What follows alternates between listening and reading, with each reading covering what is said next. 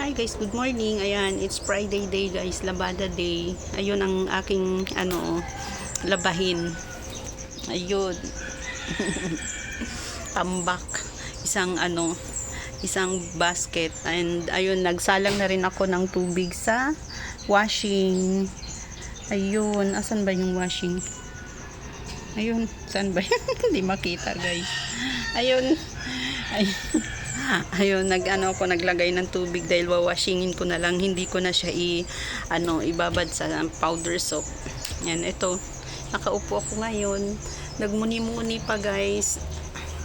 Umagang umaga. Hindi pa ako nag-almusal din, and yun na nga, uunahin ko muna ang pagbababad sa mga labahin ko doon sa tawag dito, sa washing. And ayun, pupunta na ako ng kusina at mag-aalmusal. So good morning everyone guys, happy Friday.